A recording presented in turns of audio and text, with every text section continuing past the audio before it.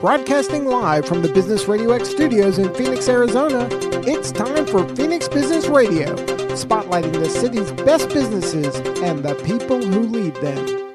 Hello and welcome to Phoenix Business Radio, broadcasting live from the Max 6 Entrepreneurial Center in Tempe, Arizona, where we help build businesses and connect you with the right people. And today we are going to do just that. I am proud and excited to welcome into the studio my coaches.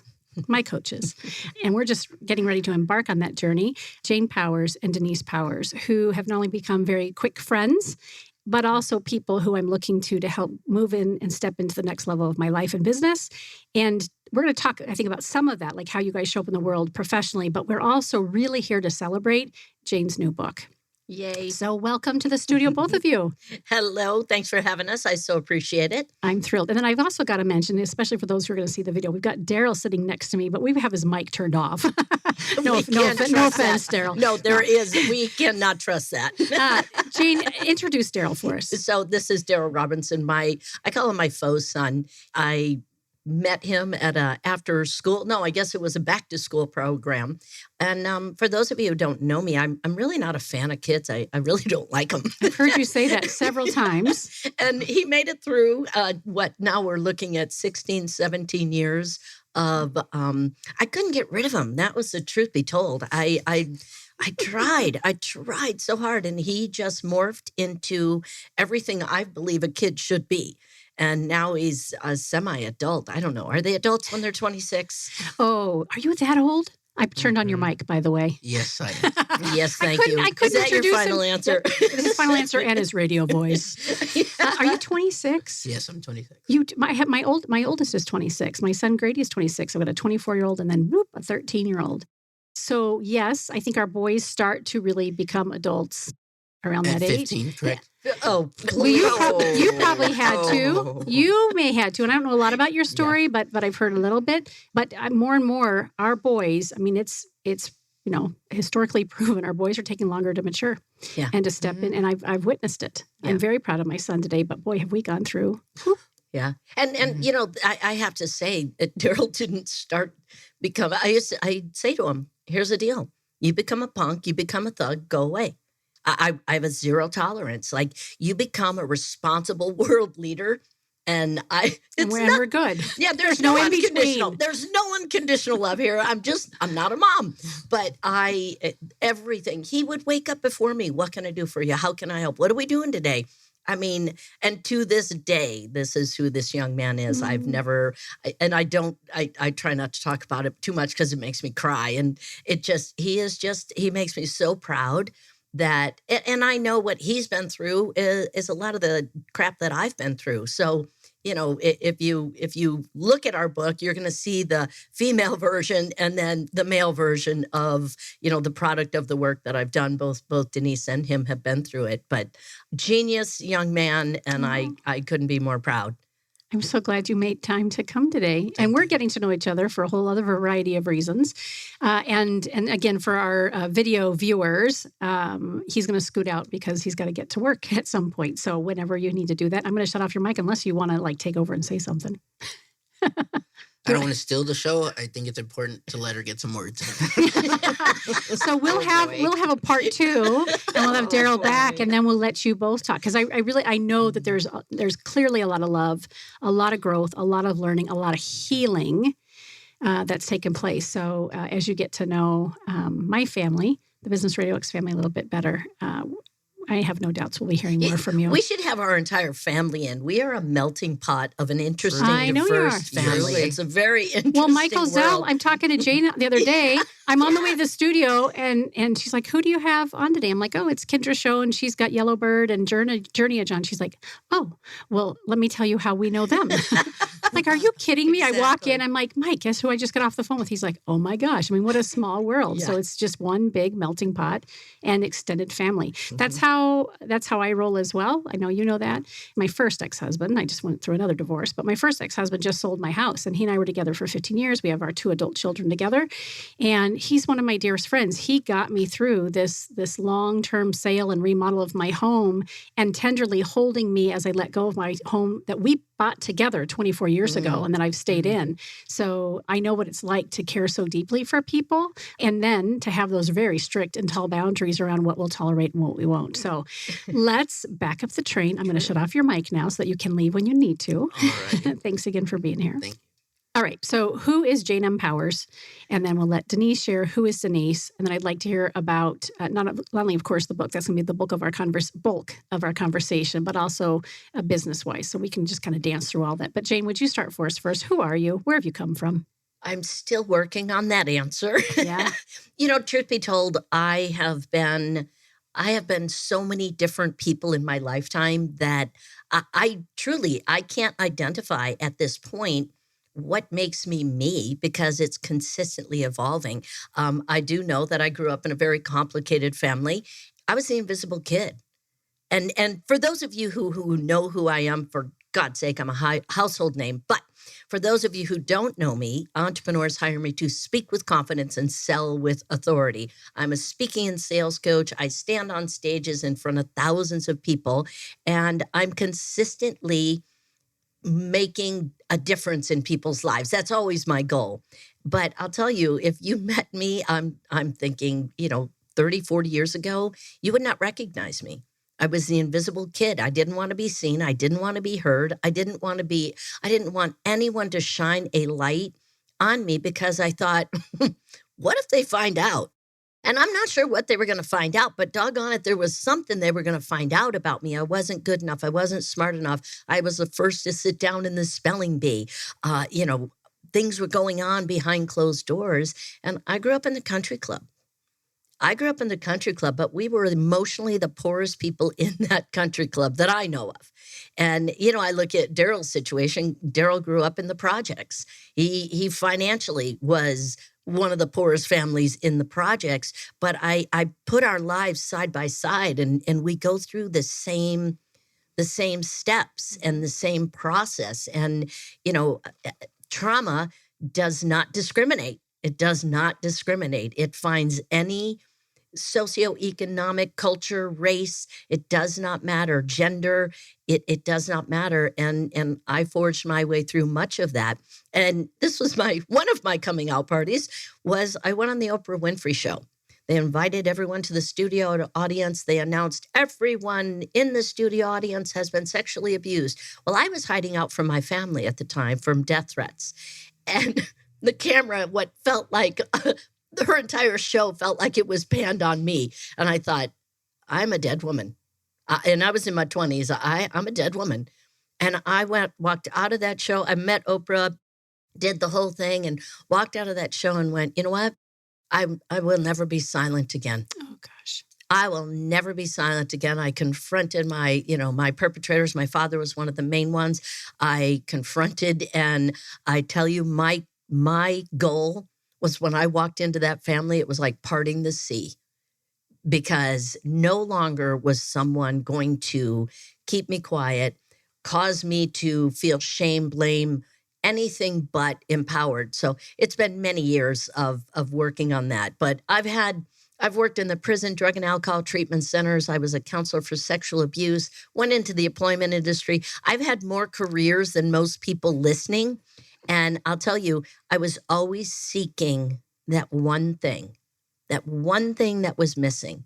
It was that one elusive thing. And I didn't know what it was until I realized it is nothing material outside of me, because I made the millions. We grew our business. I've done so much, but I still found there was a void, that one thing missing, and it was peace. And it was that peace that I promise you, despite everyone out there listening, despite their level of achievement, their level of success, there's something missing. And that is why I've hired you. It is. I know there's something that holds me back. You and Jane, you are one of those people, right, that can see it. I don't know how long it takes you before you see it, because we are only just getting to know each other these last several months. But I know you haven't told me what it is yet. I've got that blind spot. I'm successful in a lot of ways, finances and managing that. And maybe it's a worth thing, a value thing for me. But that's always been elusive. It's kind of always been this thing over here. And I've talked candidly about it, and I'm very honest and open about it. But damn it, I'm ready to succeed financially because everything else in my life is working. And I want that too. So anyway, again, we've got a Daryl segment. We've got a Karen segment.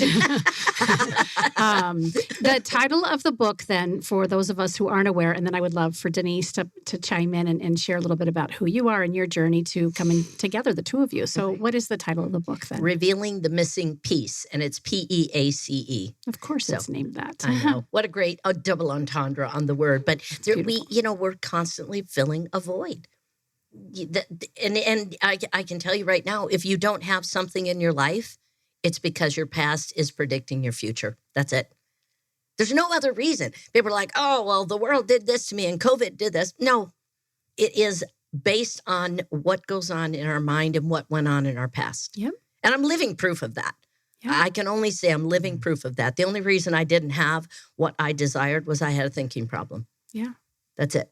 All right. Well, more from Jane in a moment. Denise, you and I have never met in person until this morning. Which is so funny to me because I swear I looked at you. I'm like, hey, how are you? And you're like, hey, great first meeting. I'm like, I swear it feels like we've already known each other. Well, we've for a done long plenty. time. I've been in plenty of your workshops and classes already as I've prepared to move into the family. You didn't know I'm moving in. Like I'm literally moving in. Good. Excellent. Do you cook? I don't. You can't move. I'm not going to. Now, do you cook, Denise? No. Oh, okay. I was going to say, I'm not moving anybody over. I'm just moving in. I'm an addition too. That was one of the things that was a huge disappointment for her when we met was she's like, I thought I was getting this mom and she's coming in to cook and here you are not a mom that cooks. I'm like, no. Not even close, huh? Cooking. Not even eggs. Now eggs. Well, yeah. But prior. Okay, sorry. I won't interrupt anymore. Who are you, Denise? Yes, Denise. No pressure. You and I have an education background. We do. Yeah, that's right. We do. I loved it. So I am Denise Powers. Who am I? I am still just completely evolving. The last 5 years has been quite the journey because Jane and I met almost 5 years ago now. And at the time she met me, I was a happy yet unhappy teacher. I was a happy yet always something missing mom and just a happy always missing something person. I got into the habit of almost a bottle of wine a night and it just 6 medications and just things. And I'm like, there is something else there. I need to find it. It took meeting her and she just opened my eyes and I'm like, this is exactly what I have needed. I've needed someone to say, you can actually look at the reasons behind physical ailments for which you take medication. And every single one, there is a metaphysical, spiritual, whatever you want to refer to it, there's an internal reason behind it. Absolutely. And every single one I walked into this relationship with, I had to admit to every single one. And as soon as within 6 months, I was off all of them. Completely. And she lost 45 pounds? Yeah. Like just drizzled off. Quit drinking, dropped the meds, just opened up to possibility and opened up to who I really am. I came to Jane out of a marriage of 23 years to a wonderful man. We're very good friends to this day who really, I just finally had to say, I hate to do this to you, but I need a woman. This is who I am. And he stood there and said, well, A, things make a lot more sense now. And B, that's fine. You've got to be who you are. He's been a supporter the whole time and has been great. And so I am an ever-evolving person. Yeah. Ever-evolving for sure. But the last 5 years, I am definitely a different person today than I was 5 years ago. I didn't realize you two had been together only for 5 years. Mm-hmm. I thought it was a lot longer just because the depth of your relationship and the fact that you have business together and all that. Yeah. Yeah. Incredible. It was, it didn't start out that way. It wasn't supposed to be that. Sure. Of No, course you're not. right. You're right. It I wasn't. thought, whoa, what is happening? And the world changed. I mean, my world changed. And And, something was always missing for me. I've had a number of long-term relationships, and it was fine. It was fine. Like, there's like, if you need, 10 points of greatness in the relationship, I had maybe 7, but those 7 became monumental. And it's not enough because the three, there's my 7, 8, 9, 10. I did it right. Sorry, guys, I was doing math in my head, and I thought, what number did I say? But those 3 that were missing it may as well have been the Grand Canyon in my life. Mm-hmm. I was seeking. I was constantly seeking more. And I tell you, when I would think of, I have a dream, it would make me cry. I would cry.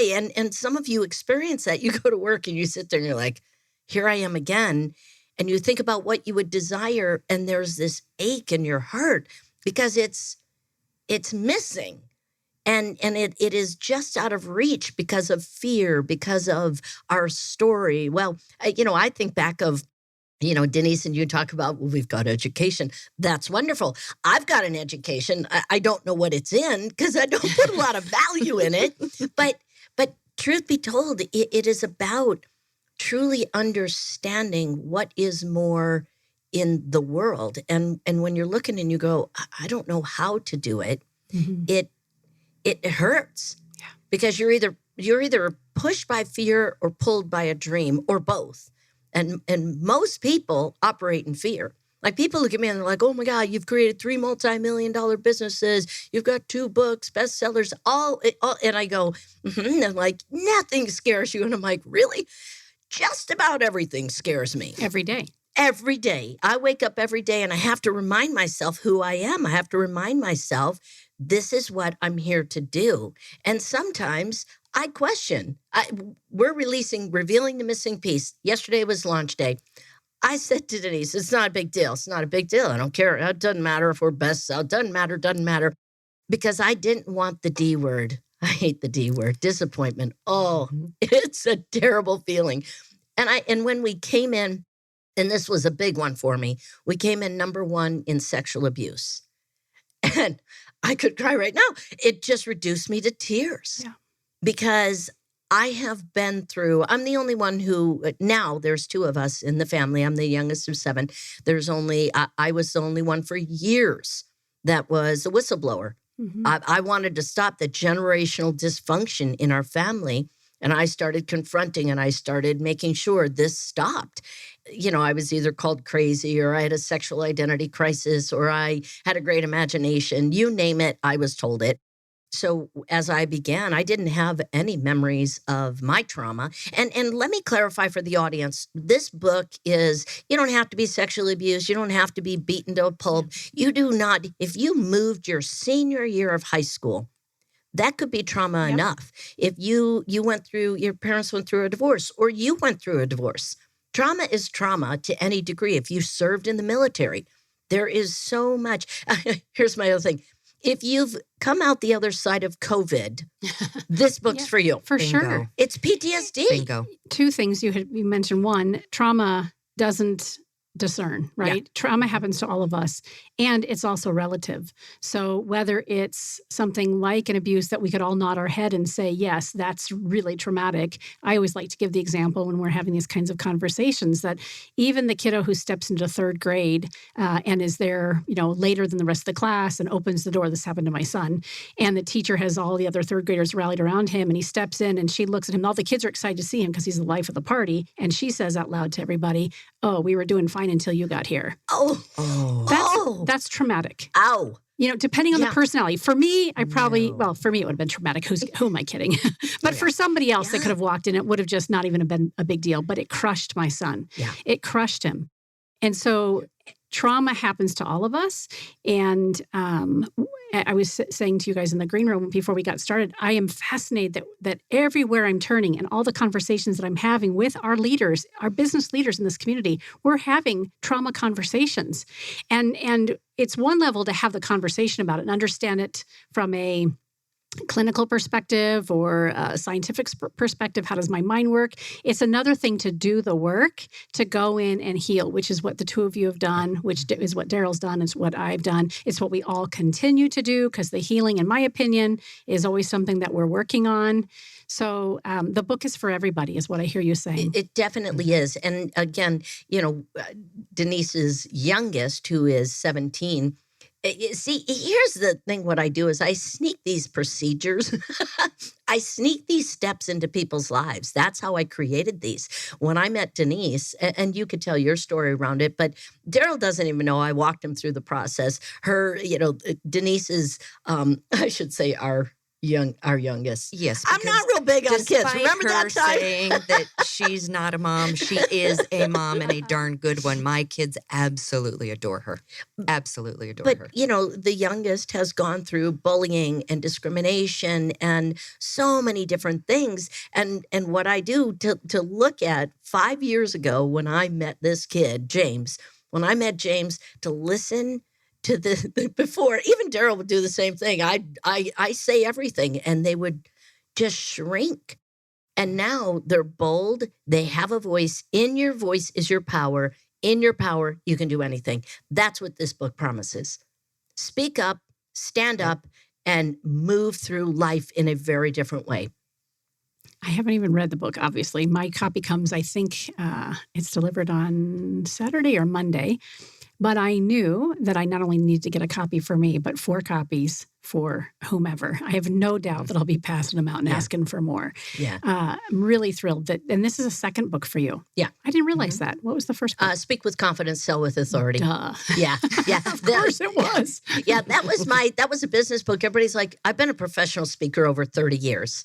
I've created 3 multi-million-dollar businesses. I've had 25 and a half career adjustments. Okay. Yes, some of them I've been terminated, but sometimes I beat them to the punch. I'm just very independent, a free spirit. But I thought, people would say, oh my God, you're getting all these speaking gigs. Don't you have a book? You should have a book. You need a book. And I'm like, ugh, I don't like sitting still very long. So wrote the book, and I wrote it over time. So every 3 months I'd sit down, I'd write something, and the editor came back and they said, I feel like I've heard this before. Oh, no, because it would repeat itself. Exactly. I repeated the same thing 3 times. I'm like, it's just that good. Like, it's so good. I had to say it. I had to say it 3 times. But yes, that was when did that release? 17. 18, I think. Yeah. I don't know anything. I think it was 18. And when we first talked about this particular book, you said to me, and you always have this really light, jovial, but also very direct way about you. But your tone changed when you said to me, Karen, this is my life's work. Yeah. Yeah. And I can tell you, I told, when I put my fist through that dorm window, I was in a domestic violent relationship. I was being knocked around, knocked out, just for, quite a, and I was in college, and it was with a woman that was probably 6'1", and I'm a tiny thing. If you can't tell from here, about 5'4", soaking wet. And I put my fist through a window and said, something's wrong with me. Something is wrong with me. And I started through therapy. And my mother passed when I was young from alcoholism. And if that is your trauma, there's some of that within the book as well. And I started going through therapy, and I thought, yeah, it's because my mom died. And all of a sudden I started having all these memories. They flooded in. But there was a part of me. So, and that's why Denise is in the book. Denise has memories. Not really, though. They're foggy, where I have movies that run through my mind. I went through this therapy and thought, I'm writing a book. Like, it was I'm writing a book. I'm writing a book. I'm gonna tell on everybody. I am gonna name names. I am taking them down. That's why I wanted to write the book. It wasn't to say, oh, here's how we can heal and everybody, sing Kumbaya and have some peace. It was, they're going down. Like, it's hitting the fan. And then as I evolved through my healing, I started to understand that it's got to be to serve. And it has got to be to make a difference. And I remember I just sent one of the great influencers in my journey has been Mary Morrissey. She used to say to me, if not you, who? Mm-hmm. She would look, she said, there's no one better than you to teach this. And I would ask him, like, why? Like, why me? Not because of the degree that I lived through, but she said, because of the directness that you communicate, and truth be told, I'm a shortcut artist. I will hack any process. If there are 20 steps, I will take step 1, 2, 20. Like, I'll condense the rest of them, as opposed to Daryl. And I'm telling you, everybody around me, Denise, they're like, Jane, you've missed step 3. What about 4? I'm like, oh, that just takes too long. We're going to put everything together. So this process that we go through, and I'm a little pissed off. I just want to tell everyone, I didn't have my book when I was healing. I would go into therapy if I was not wringing wet, stressed, my eyes puffy. I would think I didn't get my money's worth. I think that therapist is terrible. How come I am walking out of here feeling good? Like, that's what we do. We want to. And what ends up happening is I was re-experiencing, reiterating my story over and over again. So I start with Denise. I work her through the process, and I'm like, okay, somehow this isn't fair. Like, within moments, I watch the transformation, the understanding of what these steps have done. And quite frankly, I'm a little angry. Of course. It was easy peasy, huh? I am such an open person to most everything that it just makes sense. It's not complicated. It's not challenging. Your triggers are challenging, but this process, it's not complicated, and it just makes sense. And to me, if you are willing to truly open yourself up and be vulnerable to go through the process, there's no way it's not going to work for you. There's no way that you're not going to be able to let go. You can let go of these things. And again, like Jane said, so my experience was very different. My memories and feelings of deja vu, something is weird about this, something super familiar, started about 7 to 8 years ago. And it's been very slow trickle of things. But then going through this process, more things had come to the surface. And so part of the reason why I wanted to contribute is we realized that we're so different. Jane is very much a fight person. It just drop, fight. I am flight. I am avoid, flight, no way. So 2 very totally different perspectives. And as she got going with this, and I started reading her stories and reading her stories of anxiety, her stories of depression, her stories of just these other categories of things that you feel, I realized what I'm reading with her, I'm like, oh my gosh, my experience is totally different. Yet I share that experience, but mine is completely different and a completely different perspective. Because when you're a flight person, it's just very, very different. So it was And the really third good. category is freeze, right? I'm a freezer. Okay. Ah. Yeah. You've seen me do it. Mm-hmm. I'm going along and things are well, and then something happens that I'm still trying to heal over, and I've got that trigger. I'm frozen. I'm not necessarily leaving, or I'm not fighting. I'm just frozen. I'm not doing anything. Mm-hmm. Yeah. And it's that we're beside ourselves feeling. We're like, and I'm very hyper vigilant to that. Like, I'll say to anybody, I'll be like, what's going on? Like, you can tell when it's it or not it. And most people live in not it. Yep. It becomes just it's their norm. It becomes the norm. It becomes a habit of their behavior. And I'm a proponent, and it's interesting when we're promoting this book, Denise is very much at the beginning stages of her process, but fast tracking it with the book. I'm years and upon years into my process.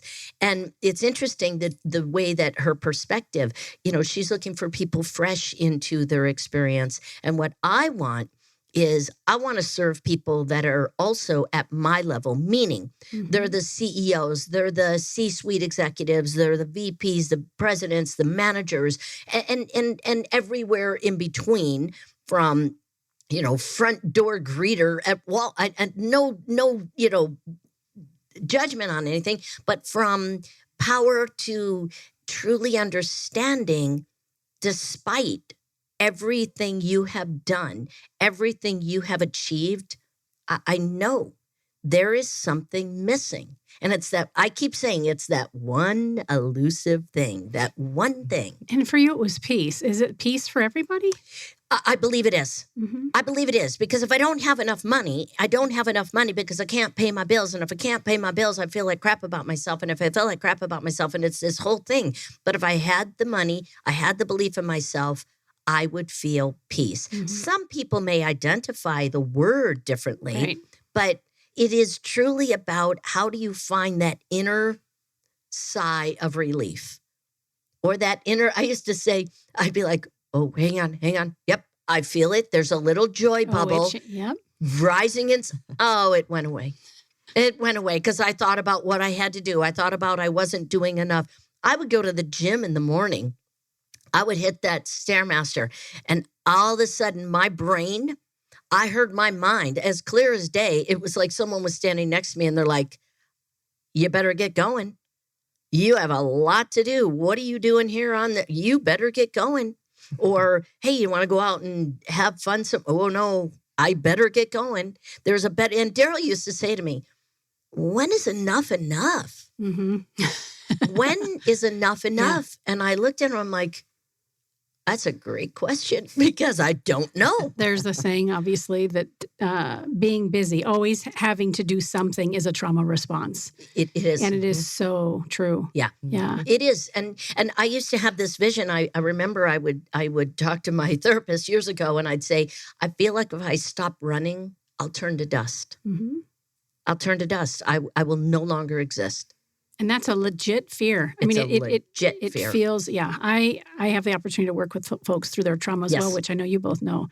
And I'm always surprised, but always pleasantly surprised and honored that oftentimes when they work through their process with me and share a story, they'll say, oh my gosh, I've never told anybody that before. And like you, I'm working with high-level executives and people who are very high-functioning in a lot of different areas of their life. But to your point, there is this missing piece and this desire to make peace and heal their past, right? Yeah. And I'm astounded by the work that you're doing. And you've got this beautiful following. You've got these group of people who time and time have come back to you over and over again for coaching as it relates to speaking to sell and crafting their message and all of that. And how excited are they about this book?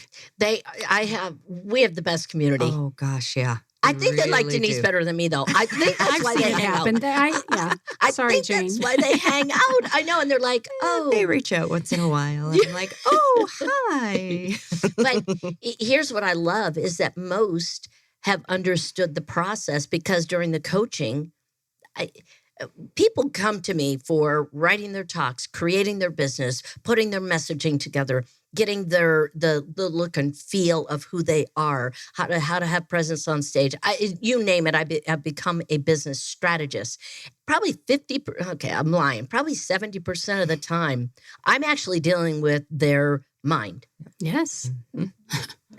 Because anybody can go out. I don't mean to minimize this, but anybody can go out and do a presentation. Maybe not well. If not well, please see me. But they can go out, they can build a funnel, they can build a website, they can build a brand, they can build it. You can do all these things, but in absence of you being fully present in your business, you'll do fine. You'll do fine. But, you look at, I used to work in corporate America, and I'll tell you, in corporate America, people are like, well, I don't know why I got chosen or why I didn't get, the promotion over this one. Well, what's the story you tell about yourself? That's the only reason we don't get promoted. It's the only reason we don't get the sale. It's the only reason we don't get the position, whatever it is, the partner, the right connection is because of the story we tell over and over again. So I invite whoever's listening, millions of you, I know this, what I would invite you to do is write down that one excuse you have said over and over again. Is it the one that we've verbally said or one that plays quietly back here? Because Yes. I've got a couple different versions. It's that. It all comes back to the core. Go ahead. It does. There's one thing, and the I can't stress enough. It's for me. It's the one that's in the back. Yeah. That's a little more quiet. That I go, yeah, shh, just no. I don't want to deal with you. And it's that one. That's because the the one. verbal one for me, I dress it up with some lipstick. Yep. And I put, I curl its hair, and then I hand it to you Exactly. so that you can, taste and relate to it, but it also keeps me what I'm thinking is safe, or small, Yeah. right? Mm-hmm. Yeah, and it's funny because we can present anything. Mm-hmm. I'm great at presenting. I would go back to my coaches and my teachers and my ex-bosses, and I'd say, give me an idea of what you thought of me as I was growing up. They're like, oh my God, you were so happy, you had all this. They would tell all these wonderful stories, and I said, may I take a moment to teach you who might be your next student that needs you? And I would tell them what was going on in my life, and they go, I had no idea. Yeah. So we all are great actors. Mm-hmm. We're wonderful actors. I could tell you story after story, counseling that I've done of executives, of individuals that would go, entrepreneurs, doesn't matter, that would go into the workspace. And man, they could put on a great face. And I don't believe, I don't believe that you have to put on a good face. I don't. You become that person, and put that in air quotes. I know you can see me wherever the camera is. Put that in quotes, because you can become that person. Mm-hmm. And I'm living proof of that. I would go into a therapist. Denise even says to me, she's like, I don't know how you're still alive today. Oh, seriously. I mean, I know the details. I know to the extent. Anyone else who I believe it wasn't meant to do this later in life would either be drugs, alcohol, prostituting, Or would have perished. homeless, or Dead. Yep. Or all those of are the the above, only right? options. Yeah, literally. Here's So the it's- benefit. Yeah. I'm going to tell you this because I know I'm looking across the same young man has the same skill. We both grew up angry. That's what saved our lives, Daryl and I. We grew up so angry that nothing was going to knock us down. Mm. That was the key for me. There was nothing. And I recall the day that my mother passed. Excuse me, it was June 10th, 2:31 a.m. I found out she took her last breath. My dad was not present, and one of my brothers, everybody else was there, and they all broke down, and I looked and I said, okay. And I went back to bed, and I laid there, and I thought, all right, it's me against the world. I mean, there was a part of me as a young child that said, well, she'll come home. I think I probably waited 25 years, 30 years for her to come home with that void, with that something missing. Mm-hmm. And then I realized it's me who's missing. It's me who's missing. But I grew up with a fight in me.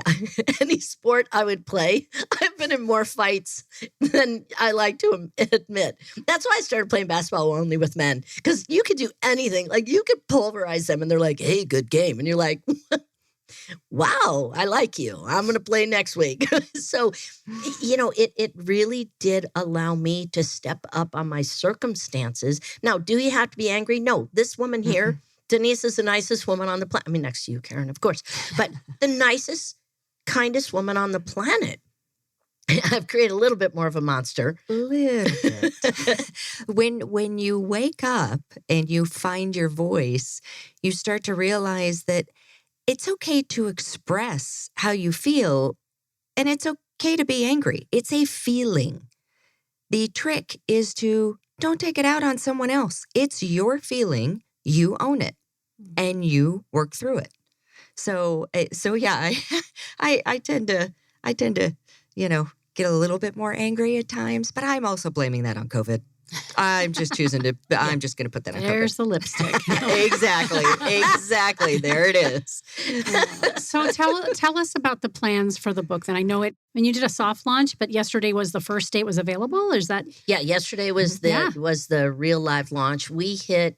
I'm very excited because we hit.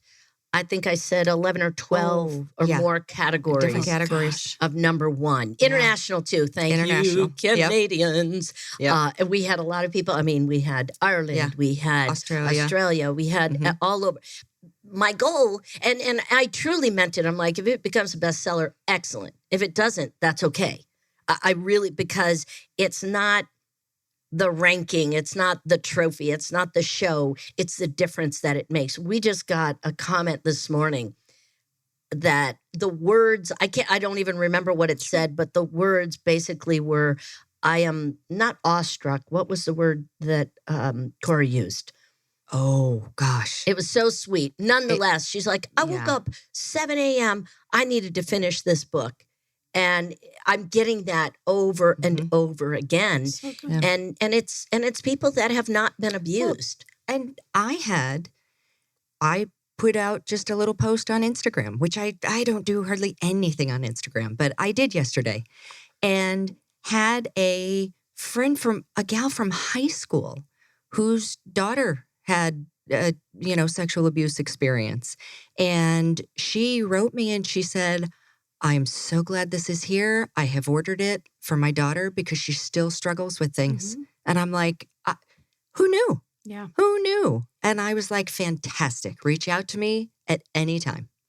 And trauma is the gift that keeps on giving. There's no, excellent. Phew, that one's over. It shows up in every way, shape, and form. And it's not that you're not going to have triggers. It's not that you're not going to have reactions. It's what you do with those. Yep, for sure. That's the key. It's what happens after you say, oh my. And here's a test. If you react in traffic, something's missing. If you react at the grocery store line or the deli, remember, what happens if they don't have lines at Disney? For God's sake, everyone would not know what to do. True. And if someone cuts in front of you, if you are angry about that, there's something missing. But the plan for the book is truly, we're creating product around it. So it's going to have a program that accompanies it. I'm going to be working with individuals who are going to be hiring, I don't have the individuals' names yet, but trauma specialists that will work with us in the program. We have a series that's coming up after this one. This is almost like here's what I need to do. I need to reduce my past to a gross inconvenience. And because people say to me, they're like, how can you sit here and smile and talk about all this and be so up? Because it doesn't have that same, it has been reduced to grossly inconvenient. I can say, oh my God, so this morning I had hash browns, scrambled eggs, and I lived through abuse. Yeah. Because it doesn't minimize, it actually maximizes the power that you stand in. Yep. And we've coined the term survive or. OR is all capitalized, italicized, fancy, because for me, we kept trying to think, what's a new word? People are like, be a thriver. I don't like saying what everybody else is saying. If everyone's going right, I'm going left. So we kept thinking, when you say I am anything, you're owning that. When you say I am a survivor, you are referencing something you survived. You are referencing something that is in your mind still. And every time you refresh, it brings up new activity around that incident or those incidences. So what we've done is you can be a survive or, and it changes the mind. It's a little trick for the mind to go, or what? Yep. We love or what? So your or life is completely different. So we are creating programs around the or life. We are creating products around it. We are doing a live event. I believe we're going to be doing a women's retreat It'll be here in Phoenix area. Might be in Sholo. I'm not sure yet. Might be in Flag. But we're doing a retreat. My goal, my community is based in a lot of business owners. My goal is to infiltrate into the executive world, the management world, because those individuals are working their tails off and don't have time to truly say what's missing. And if I can fast track that for individuals, men and women, we do not say, oh, this is just for, trust me, the stats are just as grueling for any gender. Oh, yeah. And so our goal is to start to bring into the world some programs, some different things. And the day I put my fist through that window was the day that I said, I gotta make a difference, because if something's wrong with me, something's wrong with everybody. Mm-hmm. And I don't mean to sound like, you're all messed up. Well, we are. I was telling this story, right? Whether we want to admit it or not. Exactly. We all have issues. Yeah. And Denise is so cute because she's like, no, I'm very open. Are you always? No. I admittedly, I will say, my biggest intolerance, though, is to people who are not. Yeah. Closed-minded, judgmental. Oh, I have absolutely no time nor patience for you. If you're going to stay closed-minded and be that way, then forget it. But, oh, no, I definitely have. I definitely have judgments. And then I go, all right, ego talking, back it off. And I'm like, okay, thank you. So you kind of have to, I've learned how to satisfy the ego, because the ego's there. It's going to be there, and it's going to pop up every so often. It's like, okay, I'll allow the ego to have some time and go, nee, and then go, all right, you've had your time, done, good, let's move on, so. And what I love is that when you're open, and as open as Denise, it takes a few questions. All I ask are a few questions, and you'll see her going through the process that we've taught, and she'll go, I love, like if I had a nickel every time I heard her say, oh, that makes total sense. You're talking about the ego. Wayne Dyer says ego is edging God out. Yep. You can change that G to whatever, edging good out. You can edge grief out. One of my clients, Dr. Tan, she's a grief grief coach.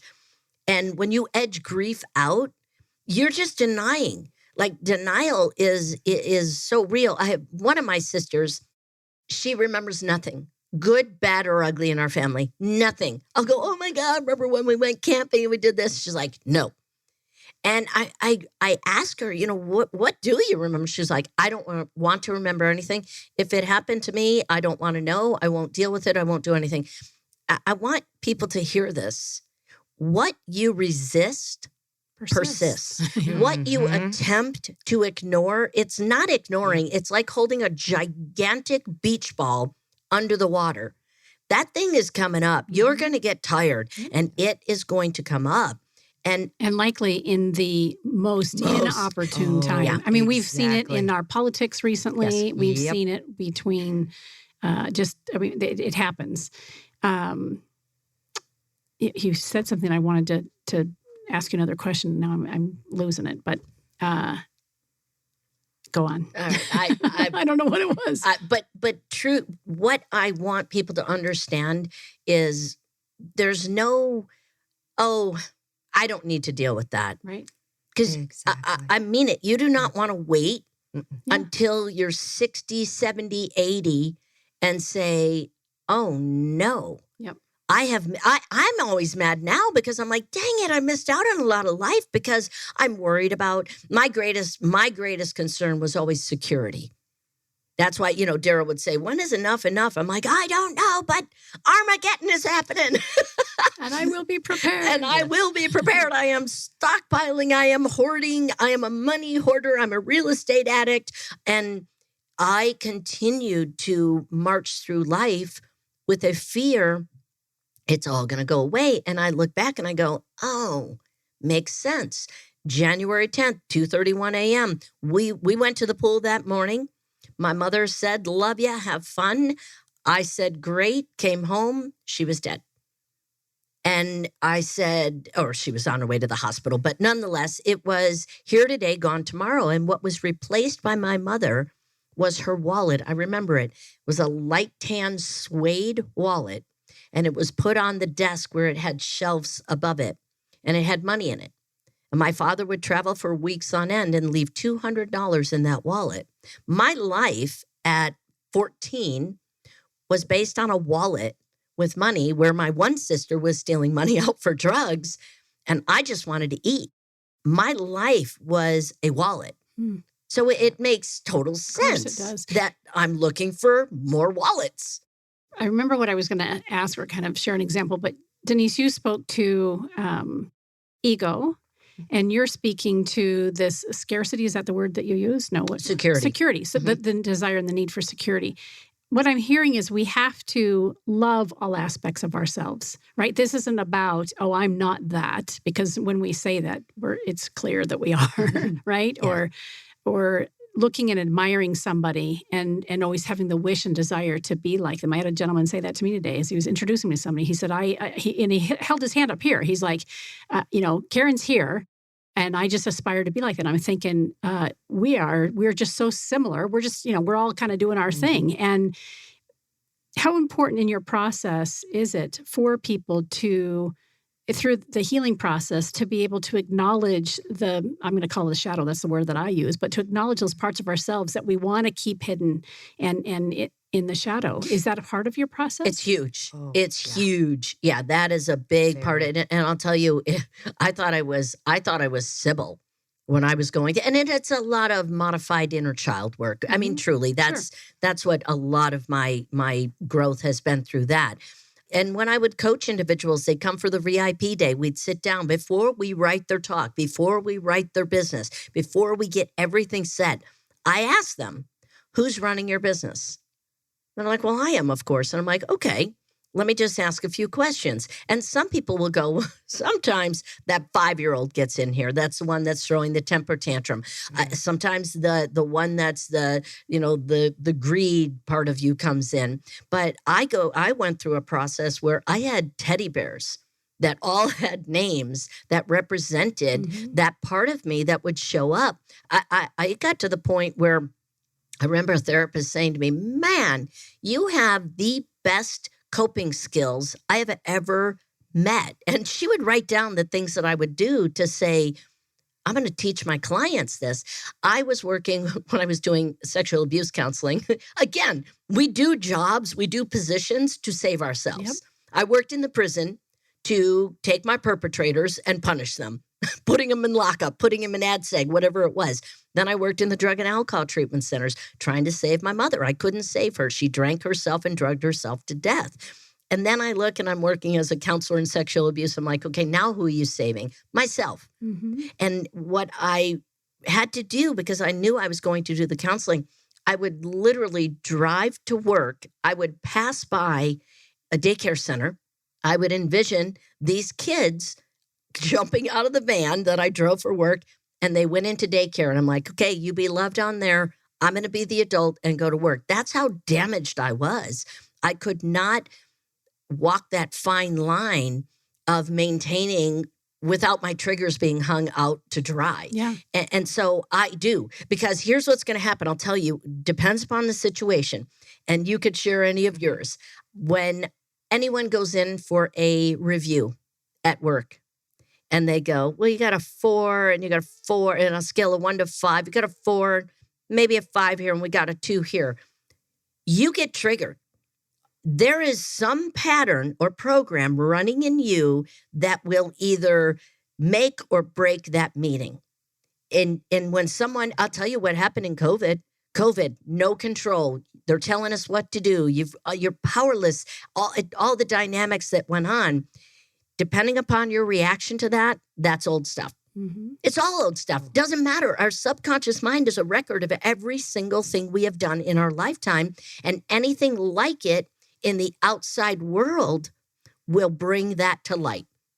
So it's almost like life has this giant beam that shines the light on us, and there are dark corners. And if you're not looking at them yourself, someone will find them for you. That's why you date that same person over and over again. You're like, didn't I date you last month? Because I'm pretty sure you're the same, just in a different Earth suit. Like, honestly. Or marry them twice for 15 years. I don't know. I'm just saying.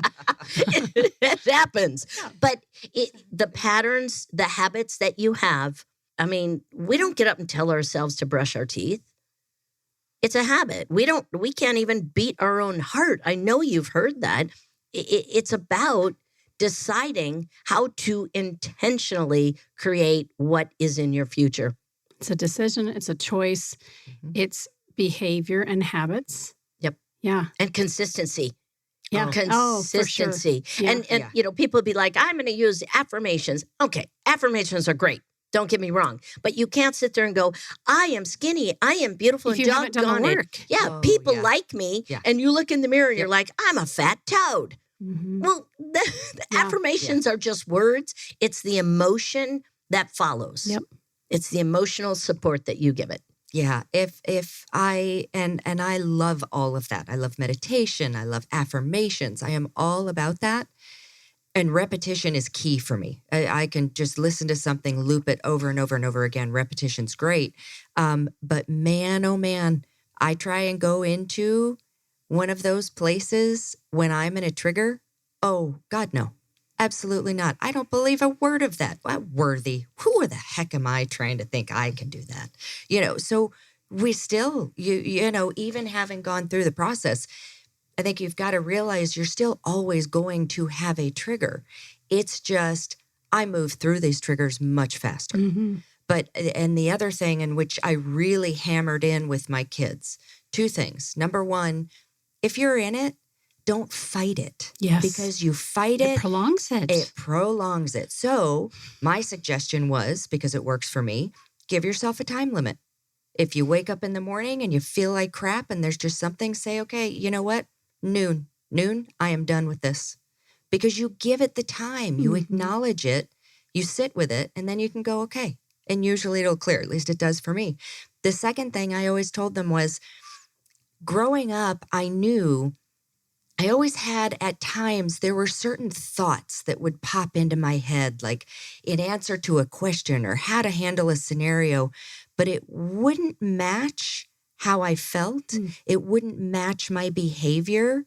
And I was such an avoider that I'd be like, oh, no, you know. So it's that soft voice that we tend to disregard and not listen to.